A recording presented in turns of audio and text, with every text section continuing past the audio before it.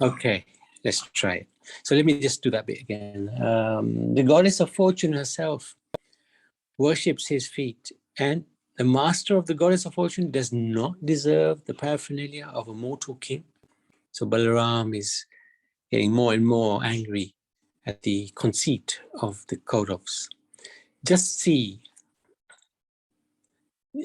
how these puffed up Kurus are intoxicated with their so-called power. What actual ruler would tolerate their foolish, nasty words? So Balaram is furious.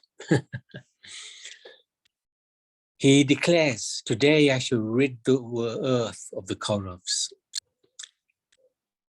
Thus he took up his plough weapon and he rose up as if to set the three worlds ablaze. The Lord angrily dug up Hastinapur with the tip of his plough and began to drag it, intending to cast the entire city into the Ganga. This is a very interesting picture. He's using his plough to bring the city into the Ganga. Seeing that their city was tumbling about like a raft at sea, as if being dragged away, the Kauravas became terrified. To save their lives, they approached Lord Balaram for shelter, taking their families with them. Placing Samba and Lakshmana in front, they joined their palms and prayed, "O Lord, please forgive us, who are so ignorant of your true identity. You alone cause the creation, maintenance, annihilation of the cosmos. O unlimited one of 1,000 heads, as your pastime, you carry this earthly globe upon one of your heads," that says Anantashesh. "Your anger is meant for instructing everyone." So this was the verse that we chanted right at the beginning. "It is not a manifestation of hatred or envy. We bow down to you. We take shelter of you." So the Lord's anger is always going to be transcendental because he is transcendental. There's nothing material about the Lord. Even though he may appear to act within the bounds of the material world, yet he's beyond them. He's beyond the rules of material nature.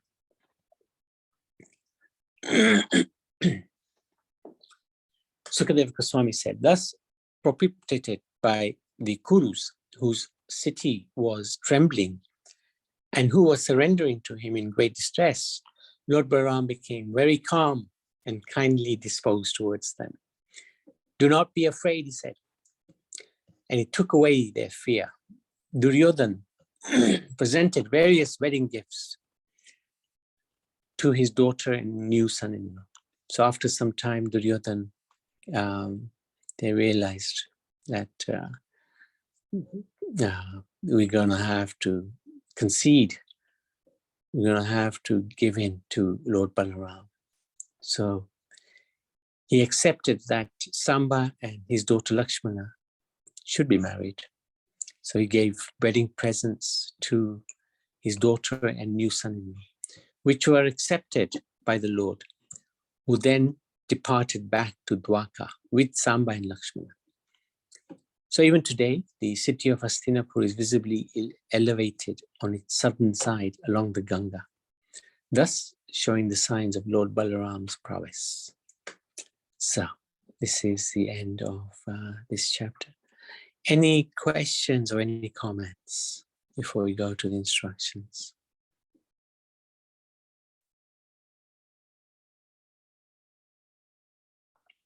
Okay, Madhusudan Prabhu.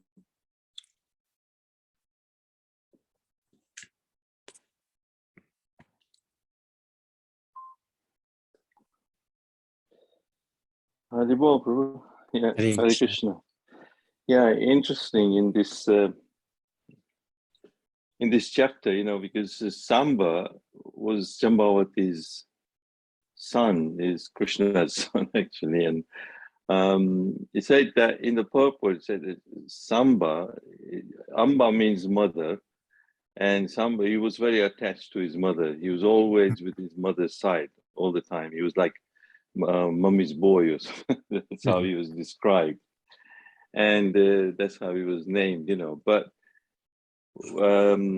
at this, at the actually, Lakshmana didn't really want to marry him. It was at this so-called Swayamvar, you know, where the princess, all the other kings would have come, prince would have come, princess would choose her husband.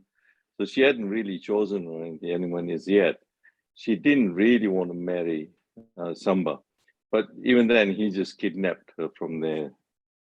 That kind of upset Duryodhana and all that. So why that was all this? Because of this so-called break the pride of the Kauravas or whatever, you know, somehow Krishna's pastimes are like that. But so the Kauravas think that it is because of them that the Yadus are in the position they are in. And they claim that now the shoe wants to climb on the head of that bears the royal crown. So they think very lowly of the Yadus and the Vrishnis, Ugrasen, and all those. So they did actually become very proud, Duryodhana, Dhritarashtra, and in other words, they thought that the lowly Yadus now want to rise above the royal Kurus. So it just shows, you know, the arrogance that comes from such false prestige and ego and their pride, and they are taught a lesson with Duryodhana, and then finally having to marry off his daughter to Samba, who was son of Krishna. So again, you know, we see two main instructions that comes out. Like, one is that what false pride can do and arrogance can do sometimes, and then the real pride and they're very humble, obviously. And the other one is obviously the anger. You know, the anger can be used in certain situations. Sometimes they might feel, oh, you're suddenly kind of angry and all that. But anger has its use. So Lord Balram uses that as well in a transcendental way. Okay, Haribol, yes. Thank you. Thank you. Thank you so much. Very good. Any questions, any comments? Prabhuji? Yes, Nariman. Yeah. Now, at the time of this Mahabharata war, did these sons of Krishna, did they take part? Because there's nothing much, not that I know of, or take any part of, or they must have taken part, would they? I don't think they did, you know, because they would have been on the other side. Yeah. So I think the Narayan Sena was on the other side, and I don't think the sons took part, because they would have had to be on the other side of the Supreme Lord, you know, their father. Yeah. Good question. But then there are so many sons as well, weren't they? So many, So many yes. wives, so many, each of them, so many. He described, you know, a few chapters ago that through each them they had so many daughters and so many sons and all that. So it's actually, but then there is an end to the Yadu dynasty, which is described later on, isn't it? Yes. The way how when Krishna decides to leave, he leaves. But it's interesting that a certain community of people who are fighting in the election, they think they're the Yadavas, you know. Krishna's family, somehow they're very proud and arrogant, you know, at the moment. But anyway. Very true. Very true. Yeah. The thing with Naniban was saying, did any of the children fight in the Battle of Kurukshetra?